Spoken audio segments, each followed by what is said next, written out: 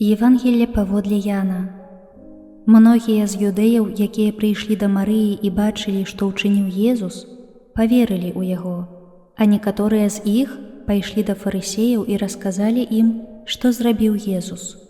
Тады першасвятары і фарысеі сабралі сінадрыён і казалі: «Што нам рабіць, бо гэты чалавек робіць шмат знакаў.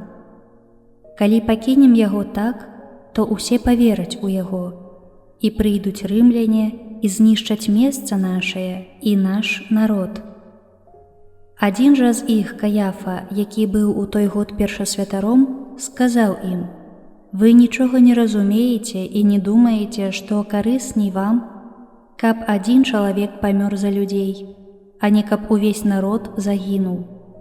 А сказаў ён гэта не ад самога сябе, але, будучы ў той год першасвятаром, прарочыў, што Езус памрэ за народ. І не толькі за народ, але і за тое, каб рассеяных дзяцей Божых сабраць у адно. З гэтага дня вырашылі забіць яго. Таму Езус ужо больш не хадзіў адкрыта між юдэяў, але адышоў адтуль у краіну каля пустыні, у горад, які называўся Эфраім. І там заставаўся з вучнямі. Набліжалася юдэйская Пасха, і многія з усёй краіны прыйшлі ў Єрусалем перад Пасхаю, каб ачысціцца.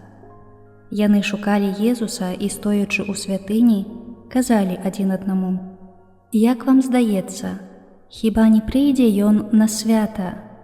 А першасвятары і фарысеі загадалі кожнаму, хто даведаецца, дзе ён, данесці, каб схапіць яго.